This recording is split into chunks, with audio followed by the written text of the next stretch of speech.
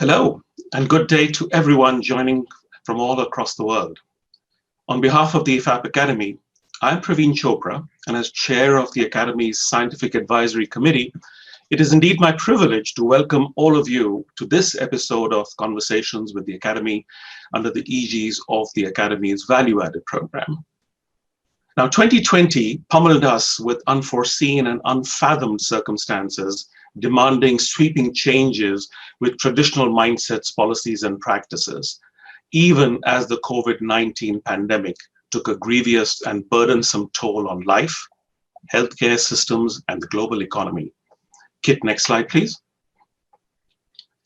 So today, on one hand, we have seen the favorable outcome with the accelerated development of vaccines.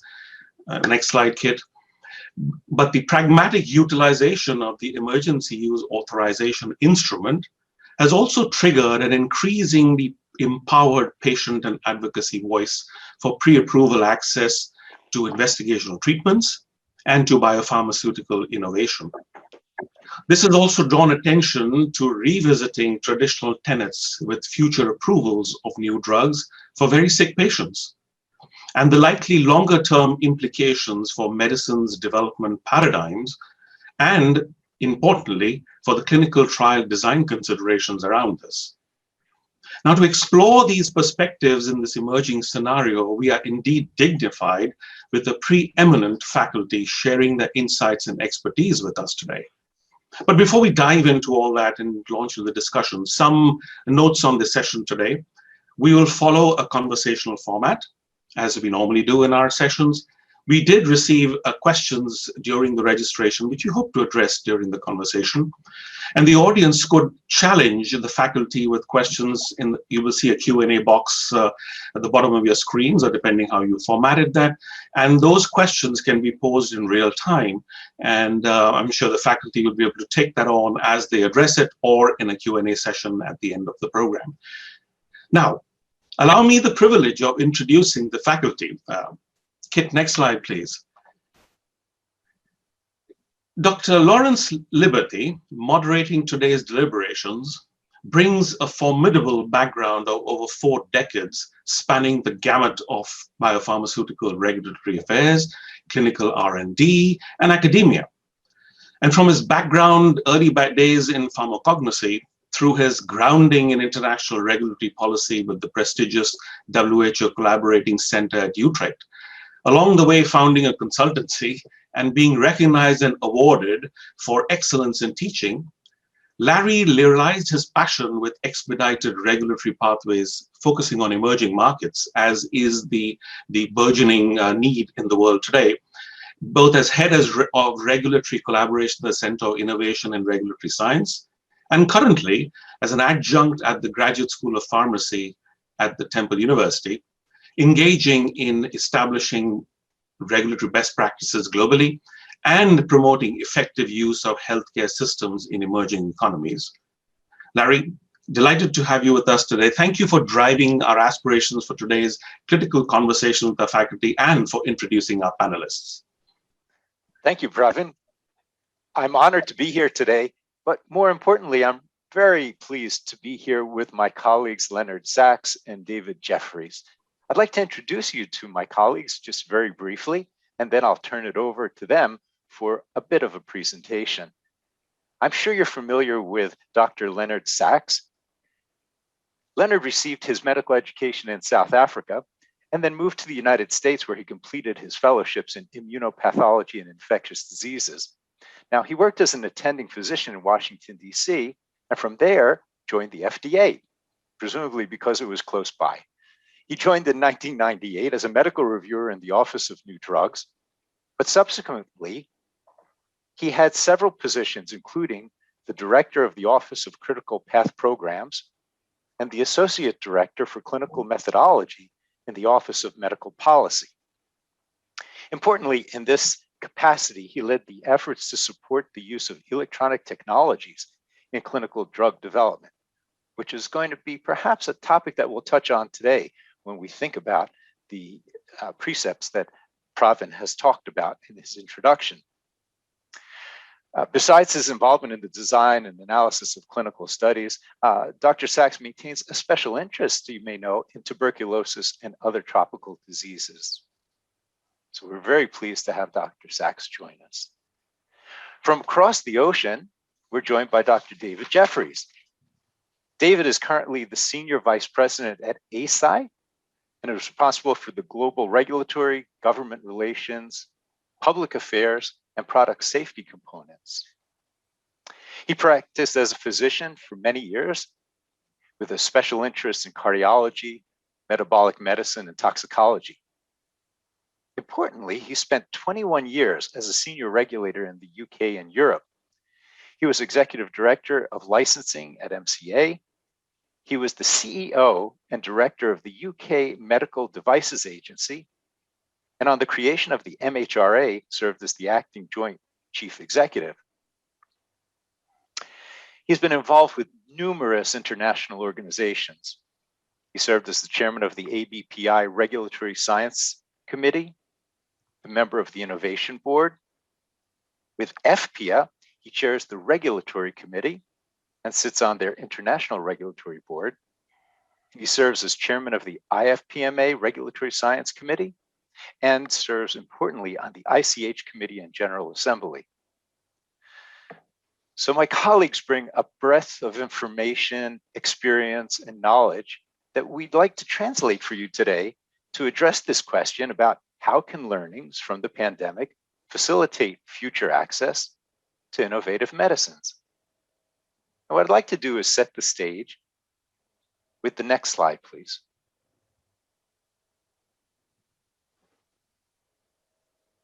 Next slide. Thank you. As Pravin mentioned, I have been involved with an organization called the Center for Innovation in Regulatory Science for many years. We have a scientific advisory council, and someone you may know, Sir Alistair Breckenridge, who passed away not too long ago, served as the chair of the Scientific Advisory Council. And several years ago at one of our meetings, he posed the question, is there a better way of developing medicines? Is there a better way of doing our regulatory activities? Is there a different way that we should be thinking about clinical trials? Now, if you go back 5 or 6 years, it was a very different atmosphere. What happened was COVID hit.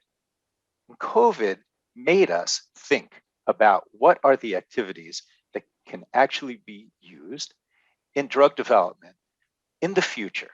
As Pravin said, how do we take these learnings and use them for a long-term approach? So the Center for Innovation in Regulatory Science held a workshop in December, this past December, to address this question. And the two graphics I'm going to present come from the summary report, which is available on their website. And I'd like to focus on just a couple of elements. These slides will be available through the recording, but I want to focus, starting from the top, on 4 important components.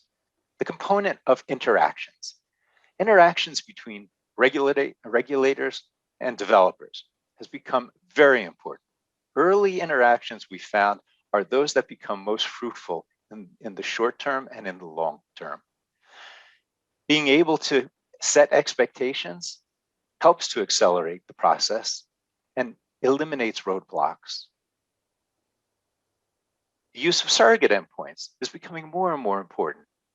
As we accelerate the way that we make decisions, understanding how surrogates are used, how surrogates are evaluated, and how they can be verified in the long term has become of critical importance to bringing novel, important medicines, especially those for unmet medical need, to the forefront very quickly. We talked about interactions, but the international interactions have become even more important. As we've seen, international collaboration is becoming very critical when it comes to things like the COVID vaccine. Being able to have reliance on prior decisions, not reinventing the wheel, but providing added value information at the regulatory agency level in a particular jurisdiction can help in accelerating the availability of pandemic-related products, but also is something that when we think about other products and product development, it continues to be very, very important. And we'll be talking about ways of using data, novel ways of using data. And so remote monitoring, being able to think about real world evidence and how do we use the different kinds of data that we can pull is becoming very, very important to think about a novel paradigm. The interesting thing that we found out from discussions with Sir Alistair and with these interactions at this workshop is that many of these elements are already in place. It's a matter of how we use them, how we organize them, and how we prioritize them. Next slide. So for my final slide, I'd just like to summarize a couple of elements. And I think it's important to recognize that there are 4 areas that came out of this workshop that the participants felt can be acted on right away. Using digital technologies, real world evidence, being sure that we can collect data from diverse resources is going to be very important as we think about how to accelerate the development and assessment process, especially in the post-authorization period. Co-creation essentially means let's work together. Information sharing, as we mentioned, because of the internationalization of product development, is becoming more and more important.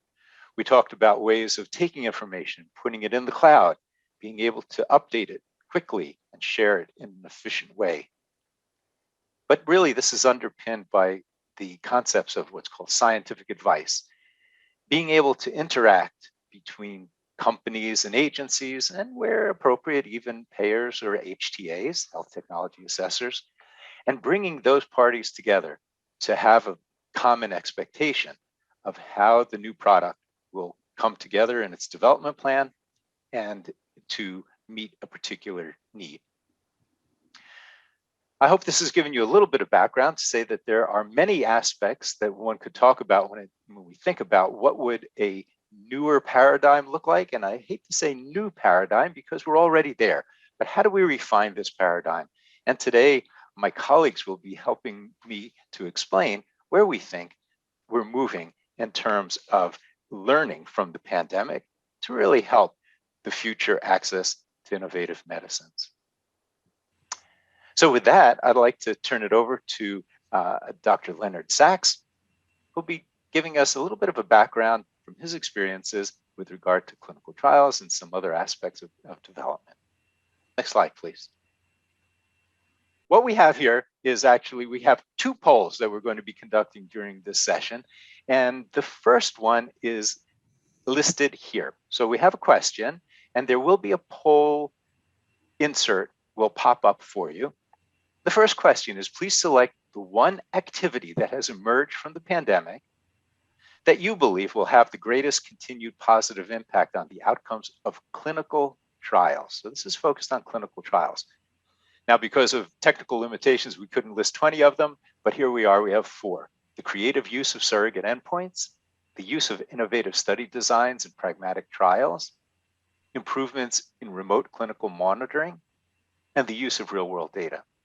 So if you were to pick one, we have 30 seconds to make our selection. So the use of real-world evidence is certainly going to be of importance in innovative study designs. I think we're definitely going to be covering these topics. And so I think you've already thought in terms of what is it that's going to have this big effect. And so with that, now I'd like to turn this over to Dr. Sachs. Thank you very much, Larry, and thanks very much to the Academy. Definitely a privilege for me to be here. As Larry mentioned, I'm in the FDA, where a large component of my portfolio is focused on innovative strategies for drug development and for clinical trials. And I was asked to talk about how can learnings from the pandemic facilitate future access to innovative medicines. Next slide, please. So I don't think I need to restate that COVID-19 was a complete unexpected catastrophe, and it introduced a completely new level of urgency in the realm of drug development. First of all, ongoing trials were under threat. All of a sudden, there were new concerns about the safety of patients who were unable to come to visit study sites. There was a lot of concern about face-to-face contact with infected patients. I'm sure all of you remember the really frightening environment in which we were working in. Certainly in the healthcare environment, we were wearing masks and shields and respirators. I remember going into work and wiping down keyboards and telephones and desks and so on. So FDA had certainly taken this up as a very serious issue. We wanted to prevent patients from coming to any harm by continued participation in trials, but we had to keep the industry going. We were trying to rely on technology that not everybody had. There were breakdowns in supply chains of drugs and other things to patients. And of course, there were other things that were limited, inability to get lab tests, imaging, and so on. So we needed a way to sustain the trial industry through COVID. And there was a second aspect to it, which I just want to touch on, which is in the height of the crisis, it was very obvious that we needed quick ways to develop drugs, or at least to try and identify drugs for COVID-19, and that presented its own challenges. We needed a way of urgently implementing these trials, and we needed to be able to capture data on many different treatment options simultaneously, because there were many possibilities that may offer promise. Obviously, this sort of put some emphasis on the repurposing of drugs. So let's move to the next slide. So here I've just listed a sort of inventory of innovative approaches, and I'm going to discuss each of them briefly. They include, as we mentioned, video interactive tools and telemedicine, electronic informed consent, which Larry has already touched on, remote gathering remote data gathering using sensors and other technology, digital health technologies is what we call them, the use of local healthcare services, distribution of drugs directly to patients. Then I mentioned in terms of developing drugs in the face of a crisis, what about drug repurposing? What about platform trials? And then, of course, we've already touched on the potential use of real-world data, including electronic health records and registries. And finally, trials in the healthcare setting, or pragmatic trials, as they're sometimes called. Next slide, please. So to start off with video interactive tools and telemedicine, first of all, a lot of these systems are already in place, and in fact, we're using them very proficiently right as I speak. They have become standard practice already in telemedicine environments, but their use in clinical trials has been limited. Not completely novel. I think we should remind ourselves that long-term follow-up with telephone visits have been part of the clinical trial structure for many years. Other systems like interactive voice response systems and other response systems have been used.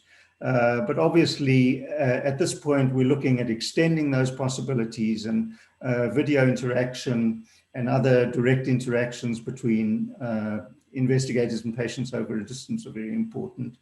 The next slide discusses electronic informed consent, which is, again, luckily something we already had in place. FDA had put out a guidance on the use of electronic informed consent in clinical investigations, and that was published in 2016. And the idea there was that informed consent can be signed by patients in their homes. It allowed the use of video interactive programs, which could show patients the drugs they were going to get, the procedures that were needed in the study, for example, and possibly adverse events to look out for. So we felt that this was a much more user-friendly way of getting informed consent rather than a traditional paper consent. And again, patients didn't have to come in. So this was very useful in the face of COVID-19, where there's no risk of contagion, but it'll obviously be of importance as we move ahead. Next slide. How about remote data gathering using sensors and other technologies, which we've termed digital health technologies?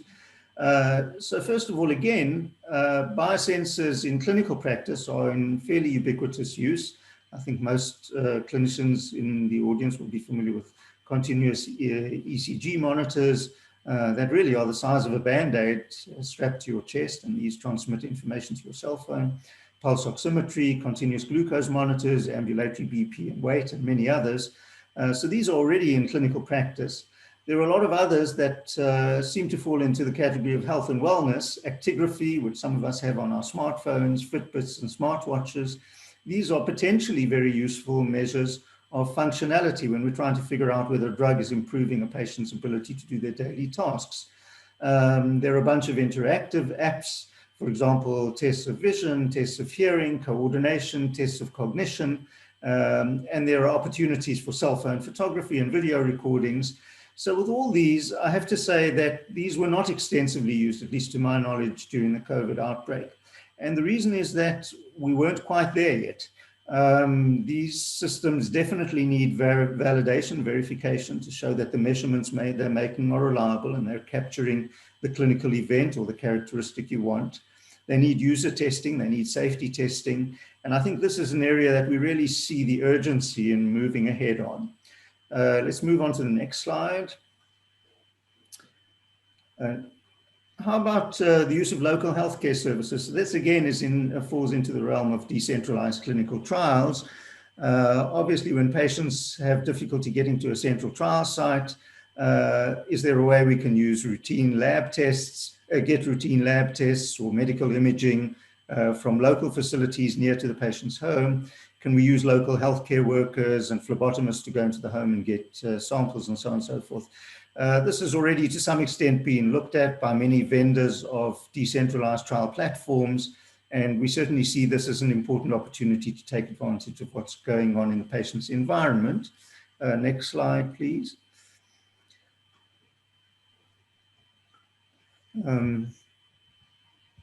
How about direct distribution of drugs to patients? I mentioned that during the pandemic, supply chains were in jeopardy. There were problems that we had to deal with and we continue to deal with. They're very complicated local regulations in the United States. Different states have different requirements for shipping of drugs, and the regulations are different in international trials. And I think we have to recognize that almost all trials are international at this point in time. We need a way to allow investigators to track and control the drugs that they're administering. That's part of our regulation. So investigators should be responsible for releasing the drug when the patient's ready and so on and so forth. Obviously, plans have to be made for shipping and packaging, and we have to make sure that the drugs are safe for home administration. But distribution to patients is a very important prospect and certainly something that's going to carry forward beyond COVID. Next slide. Now, I mentioned that in the realm of new drug development for COVID, we were faced with a different set of problems. The first one was that there really was no time for traditional drug discovery and development. From scratch, drug discovery to marketing could take 10 years or more. And in the crisis, in the heat of the moment, drug repurposing turned out to be one of the most immediate options. This is just using drugs from other diseases to see what works. But to do this in a sort of useful fashion and to come out with some sort of scientific conclusions, there was very much a need for coordinated efforts to gather data. And in a slide or two, I'll tell you a little bit about one of the initiatives at FDA to do this. Next slide. This was just to give you an example of the many, these are just a very small fraction of the drugs that have been tried in COVID. And you can see that we need a platform to be able to look at these drugs rapidly and simultaneously and figure out what are working. And traditional trial structures really don't accommodate this. So next slide. It raises the issue of platform trials, which I think we have to give very careful thought to. Platform trials, as you probably know, are trials where you can modify the different treatment arms. The protocol's already in place, and it gives you a lot of flexibility, and you can basically respond, or at least you can alter arms depending on the results. Such trials obviously have the advantage of rapid recruitment because you already have the trial protocol in place. And again, as I mentioned, you have many arms, or you can accommodate many arms for different treatment options. They're not entirely new. There's a big initiative that we've been working on with the University of California for many years called I-SPY, looking at a platform trial for breast cancer where new arms can be introduced into the same protocol. And the Solidarity trial in COVID-19 was another example of a trial which had many different arms: remdesivir, hydroxychloroquine, lopinavir, ritonavir, and interferon versus standard of care. These sort of trials are difficult to set up de novo, but the platform is a very important vehicle for this. Next slide, please. We mentioned real-world data, which incorporates electronic health records and registries. Again, this is something that we've already been looking at since 2018, when we put out a guidance on electronic health record data in clinical trials. We're now very interested in the automated data retrieval from electronic health records, because this allows us to process thousands, if not hundreds of thousands of records, and also important from the real world to acquire patient-reported data. There are many crowdsourcing platforms and so on, which can give us very useful information. I did mention earlier on that we have a program, we call it Cure ID. It's a mobile app that we've developed, which allows the gathering of clinical experience from clinicians using drugs in new ways for diseases that don't have approved therapies, repurposing. And this is an attempt to aggregate in a uniform way the experience from the treatment community and identify new treatment possibilities. Next slide, please. Finally, trials in the healthcare setting. Again, I mentioned there's a lot of appeal to this because there's a lot of expertise in the clinical world that's not been harnessed in clinical trials. This would allow the use of the care infrastructure and personnel. It would be convenient for patients who are already getting their care from these institutions. But obviously, we need to apply certain research criteria in this environment. We need randomization of our trials or our products. We need diseases in this setting that are easily diagnosed and they can be found in the healthcare setting. Outcomes need to be simple so that people can determine them without special training, and trial procedures that are generally part of clinical care. Next slide, please. So again, I don't want to dwell on this. I think we've all emphasized the importance of improving our ability to gather data remotely.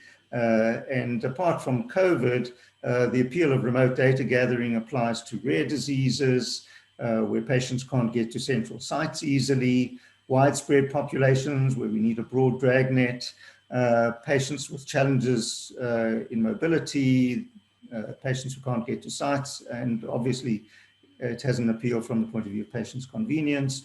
The other thing about these approaches allow us real-time access to data, for example, from transducers and sensors, and we can see continuous and frequent data, which is an improvement on what we've been doing to date. So these are some of the prospects looking forward. Next slide, please. So it brings me to my conclusions. I hope I'm still within the time limit, Larry. It seems like COVID will have a permanent impact on how we conduct our lives and do our business. Electronic systems have been developed to support trials, and I think these are going to carry forward beyond COVID. We've all become much more familiar with video interaction and other interactive technologies, and this is undoubtedly going to be part of clinical trials. We will have gained experience on the use of local healthcare providers and other decentralized services. Home delivery of merchandise has been revolutionized. I think everybody on the call has probably ordered something online from Amazon or other suppliers, and this can certainly be applied to investigational products. Platform trials seem to be coming of age in the face of emerging threats. And finally, drug repurposing is also drawing increasing attention. Next slide, which is my last slide. We will learn from COVID-19 undoubtedly which activities were reliable and which were not, which practices led to variability in data or reduced the quality and the completeness of data, and which of the practices were beneficial. Outdated practices will probably disappear, and there will be much more reliance on electronic systems. So I think we're all looking at a new vision of clinical trials, both for investigators and patients. I'll stop there. Thanks very much. Thank you, Leonard. There were so many nuggets of very useful information here. I'd like to come back to that when we have our Q&A. I would like to remind our participants that the question and answer element is at the bottom of your screen, and it is open. If you have any questions you'd like to pose to us, we will address them after our next presentation. Thanks again, Leonard. If we go to the next slide, we have another poll. This is the second of our polls today. And in this question, we're going to ask you to select one activity that has emerged from the pandemic that you believe will have the greatest continued positive impact on access to medicines. So a little bit different than the first one. This is on access to medicines. Enhanced pharmacovigilance techniques, regulatory flexibility, like the use of reliance pathways, emergency use authorizations, etc. Enhanced company to agency interactions, and international agency to agency interactions. Which do you think will be a main driver? Okay, so regulatory flexibility is obviously an important component, and we'll definitely talk about that in our Q&A. Thanks very much, Keith. We'll close this, and next slide is just a holding slide.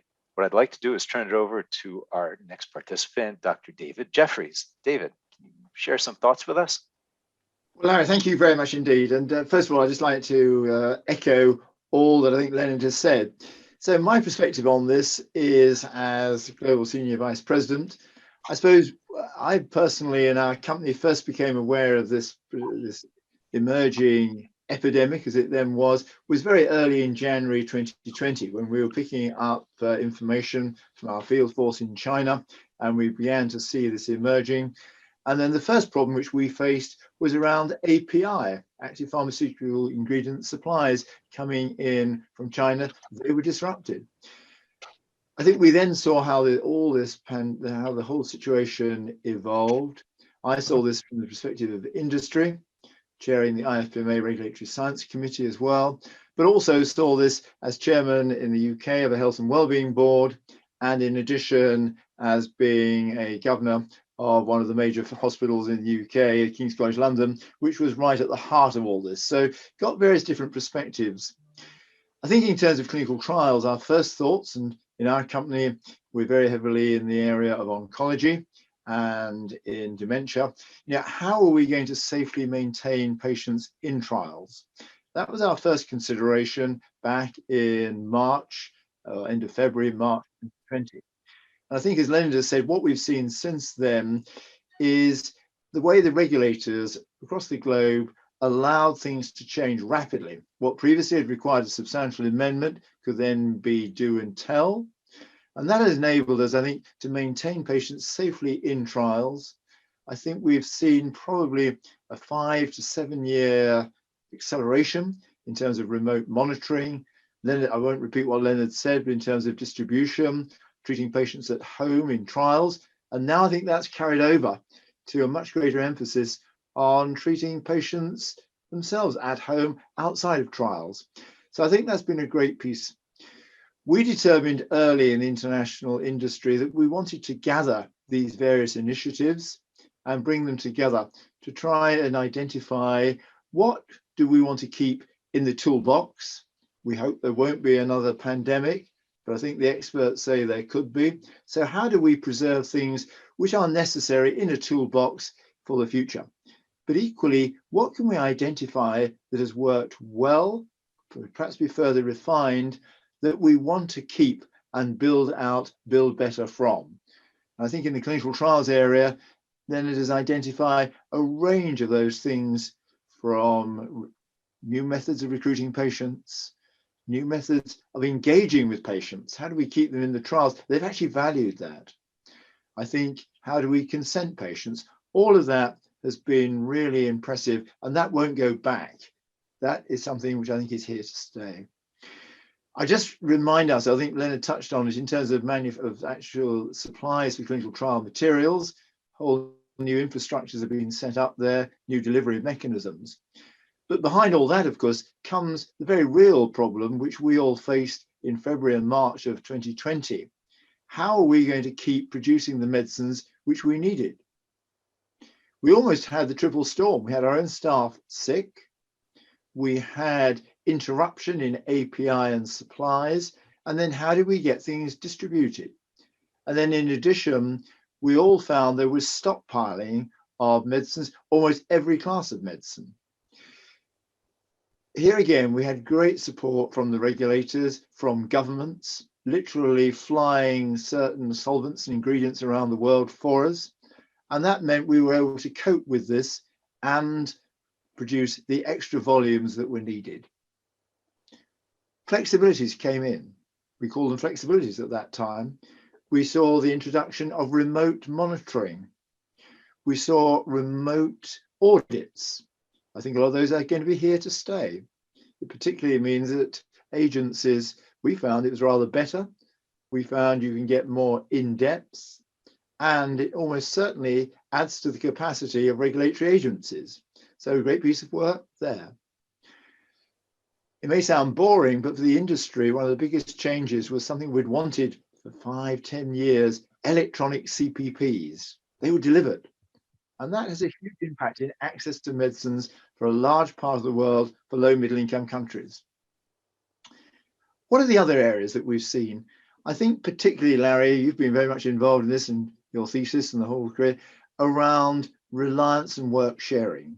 If you think what we've seen, I've literally just come off a call which I chaired with the WHO, and we had an excellent series of presentations how this has been accelerated of work sharing between agencies and reliance. And I think how the two have come together really moved dramatically. I think what we've seen in the area of pharmacovigilance, of patient safety, some of the initiatives which have been introduced to monitor safety in Africa of using new technology have been fantastic. And I think that is often an unsung part of this. I think for us as pharmaceutical physicians, everybody and those of us in regulatory as well, the whole public now understands what we do. Everybody's become an expert in randomized clinical trials, causality. If in my own country you're allowed to go down to the pub, everybody's talking about regulatory science. Most people hadn't a clue what we did a year ago. Now everybody's an expert in it, or rather they think they're experts in it. And that's actually important in terms of the way the public now has got a changed view of benefit risk. And I think we're seeing that played out in some of the debates now around the vaccines and around vaccine hesitancy. So what else have we seen out of this? Well, I think what we've seen is increased collaboration and cooperation between regulators. I personally think it's always been there.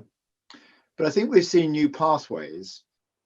In the UK, we've seen something called ILAP, the Innovative Licensing Application Pathway, which is partly related to MHRA on a new sort of environment now, post-Brexit, outside the European Union.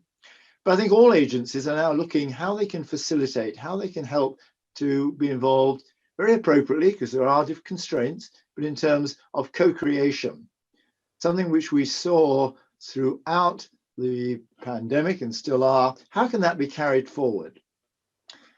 Again, I think we're seeing iterative or rolling reviews, sharing data in real time. I don't think that will go back in the box. How we take that forward depends on resources and so on and so forth.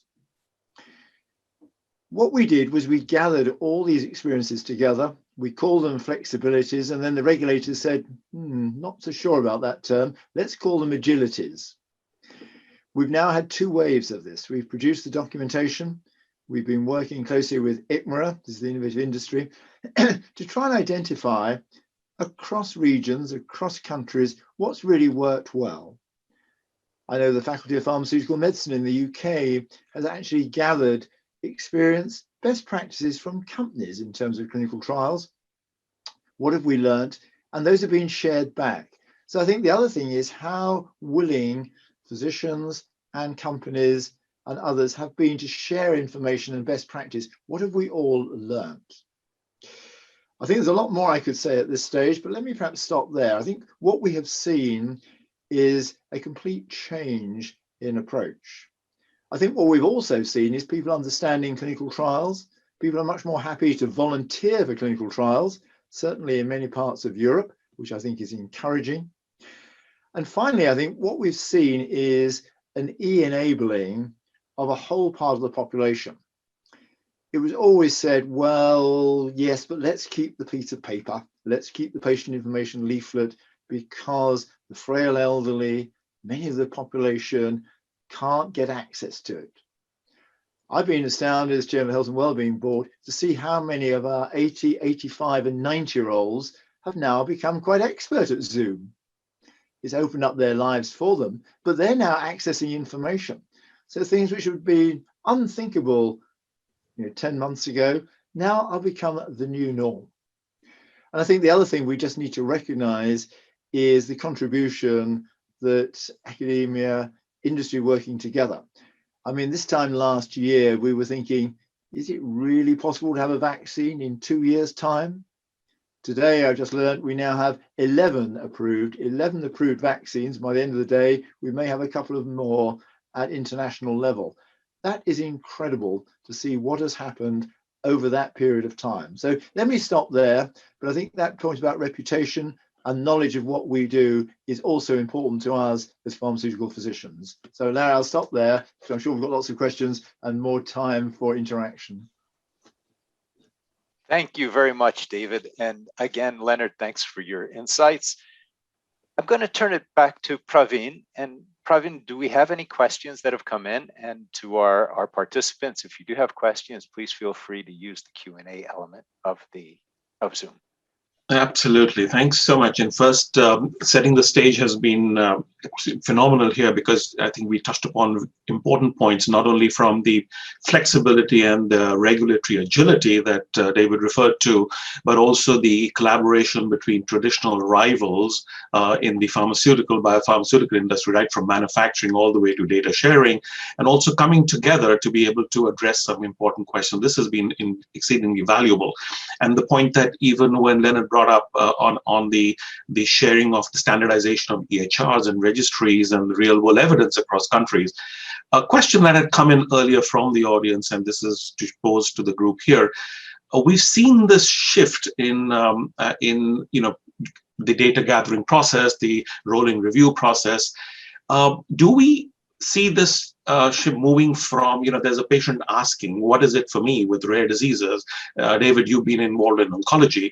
Where do you see these resources now shifting from or moving from the vaccine development in the near term onto other, maybe even primary care illnesses or non-communicable diseases or even rare diseases? Do you see this as a potential opportunity to expand the learnings? David, Len? Yes, I do. I mean, I think we haven't touched on, but real world data. I mean, I think what we've seen is almost a validation of real world data. Again, in my own country, I've been closely involved in some of the work that Tim Spector's done. But if you look at the Zoe app, how we've learned how to use the vaccines very rapidly in terms of dosing interval and so on and so forth, what we've actually learned and the feedback. And if you look about the registries of just looking at symptomatology, of how much we've learned about a disease itself. So I think that's been a validation. And I'm sure we'll carry that forward into, to use Larry's word, I think there may be a new paradigm as to how we gather that information. And I think here, there's a much wider conversation now with the public saying, we may have a different appetite for risk. We may want to see things evolving in a different way. So let me stop there, but I think that does change the conversation which we'll have.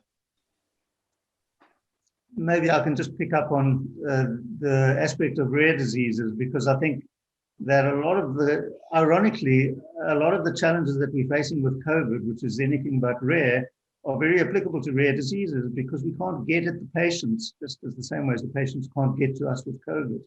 And many of the techniques that have been used, not so much perhaps in the development of vaccines, but more in the development of drugs, are very applicable to rare populations where we can access them using remote technology, using biosensors, which we think are very important, supplying drugs directly to the patient. So I think in terms of the theme that you touched on with rare diseases, I think we're in a better place than we were, and that will be a helpful outcome.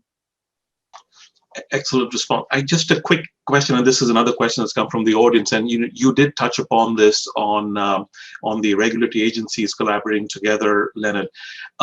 Two questions come to mind. One from the audience has been a very particular one, but given that politics has been pitched against science and decision making has involved, dare I say, some challenging intervention from governments, Where do you see this decision-making process leading us to? Is there an opportunity for science to prevail? And because who's the decision maker here? The big challenge about even vaccines distribution, the governments can decide whether it goes to another market or the nation, the decisions on when do we share, what do we do. So the same thing comes up with data and with decision making around the clinical research paradigm. Any thoughts on that, Leonard? It's a challenging question. It is a challenging question. Interestingly, my first response is related to commerce. And my response is that it's really the commercial forces that are generating this energy. The reason I say that is all companies and all drug development programs virtually are international now. We have patients from all over the world participating in these things. And the rather old-fashioned vision of very localized authorities manipulating these things is changing. And I see that becoming a big change in the entire spectrum of drug development. So as we all know, we now have the International Conference for Harmonization and numerous initiatives to try and coordinate regulatory positions based on the science. Obviously, the science generates it.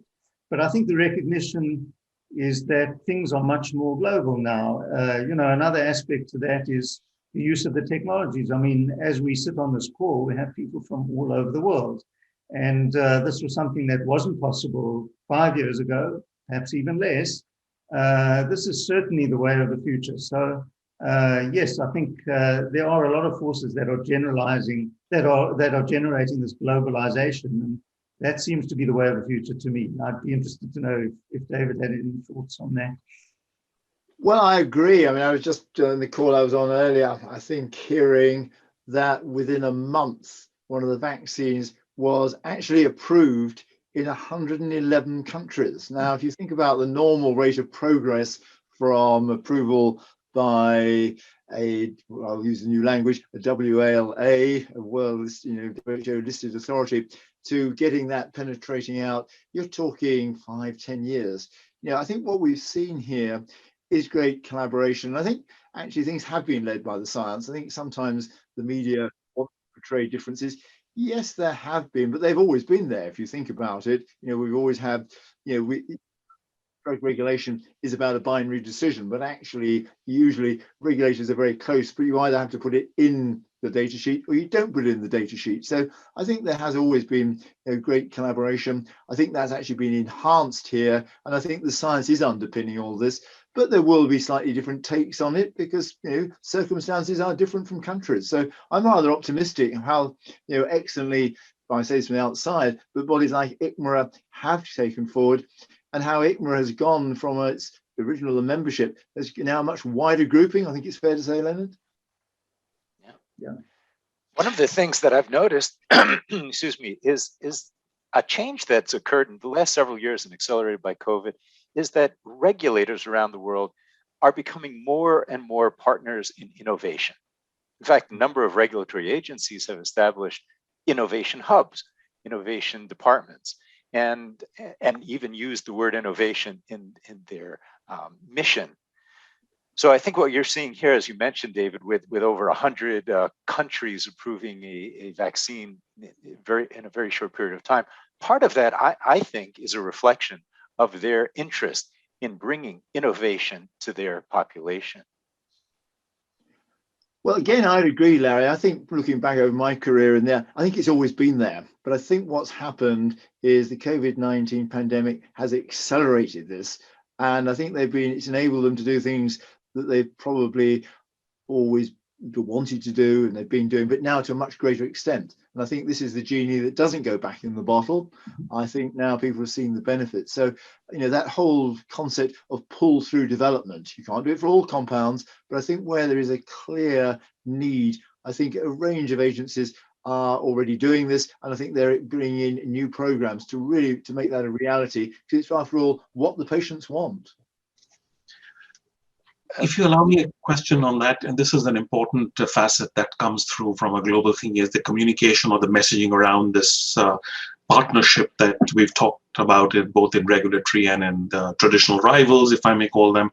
The question of trust the public trust and the communication around this, especially globally, where not everyone is comfortable with the terms warp speed as opposed to moving at the speed of science and moving at the speed of innovation, which has also been brought forward as a parallel communication device, especially where there are bioethical issues, there are trust issues, which and traditionally not so comfortable, the industry versus the public. And I think that has also changed. I think David and Leonard both alluded to the fact that the public has become more aware of what goes behind clinical trial design, what is informed consent, what is the requirements around the important global participation.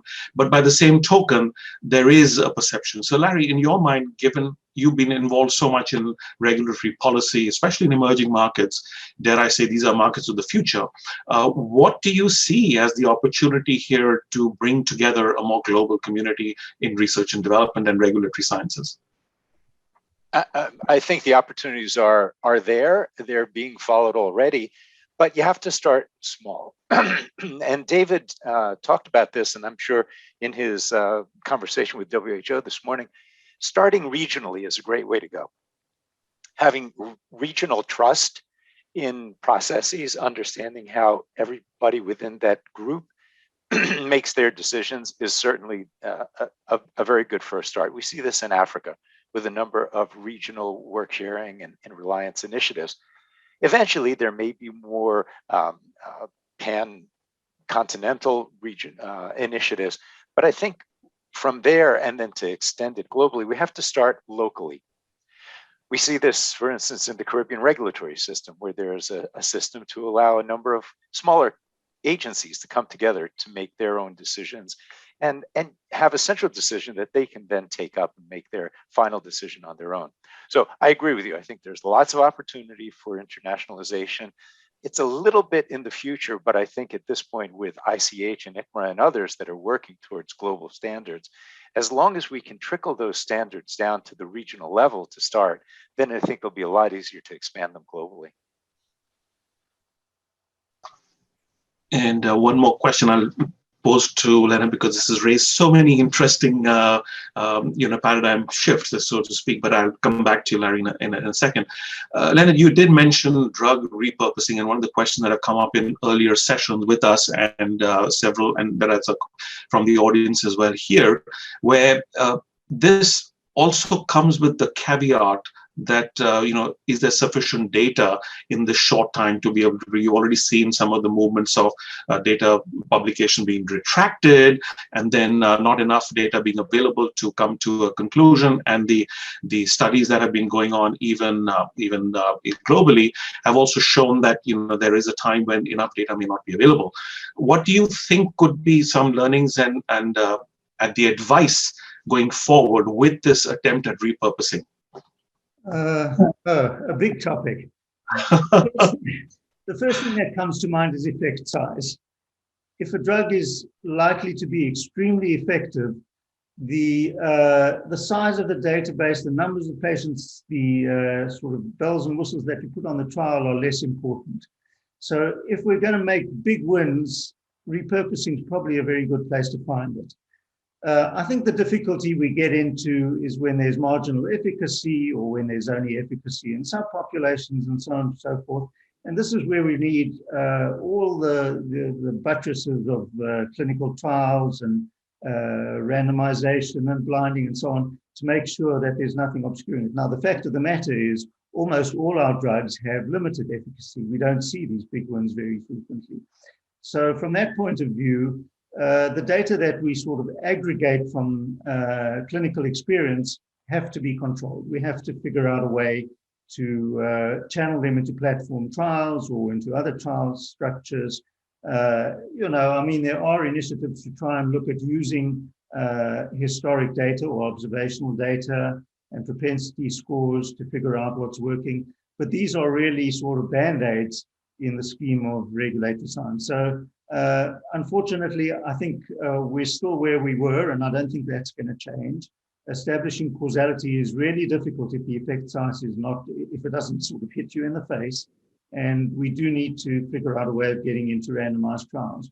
But repurposing, having said all that, repurposing is a very economical way of getting new drugs for different indications, because obviously the drug's already been characterized in terms of its mechanism of action, its pharmacology, its toxicity, animal toxicity, and even in use in humans.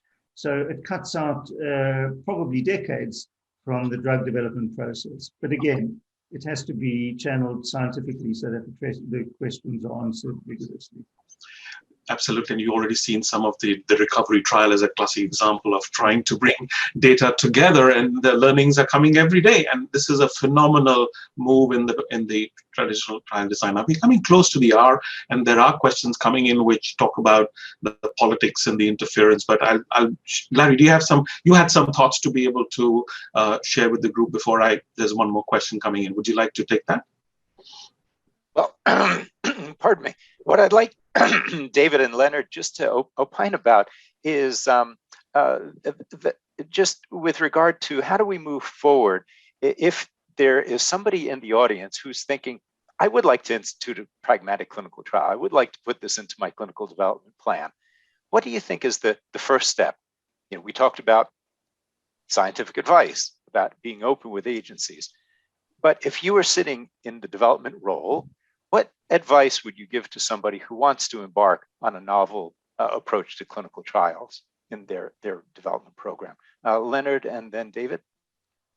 It's a difficult question, Larry. I think we have processes, at least in the FDA, to accommodate academic investigators or individual investigators who have good ideas, and they can easily arrange a pre-IND meeting.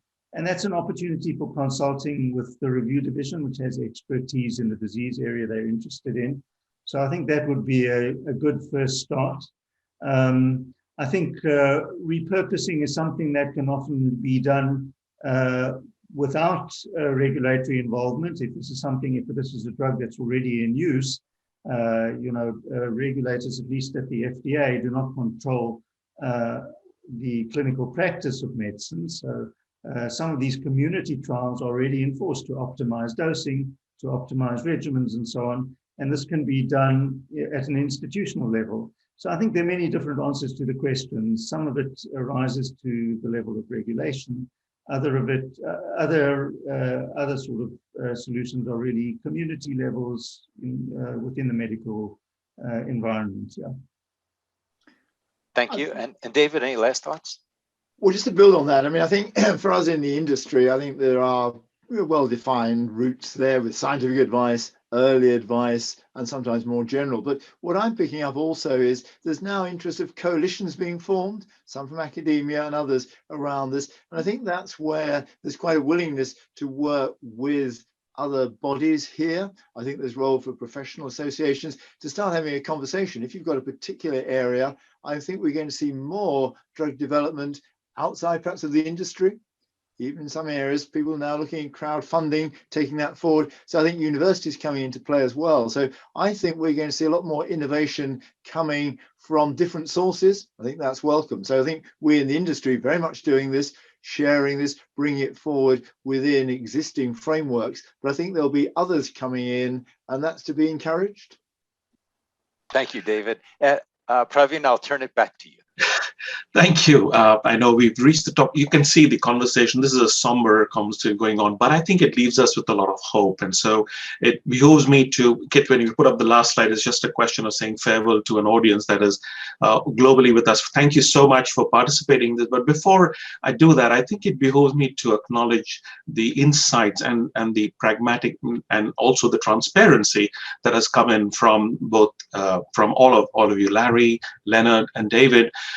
These are fundamental pillars of how we can proceed going forward with some of the insights that you brought in. But it also gives us food for thought and pause for caution to see how we can progress this going forward. So when I close today, I just want to thank everyone in the audience, thank Kit for his support here for the operational side, and in particular, leave this with the hope that we've got that good science, good policy, and of course, good business practices shall prevail as we pass through these tumultuous times. So thank you, everyone. Thanks for joining us. Have a great day wherever you are. And again, many thanks to our erudite faculty for participating today. Have a good day, everyone.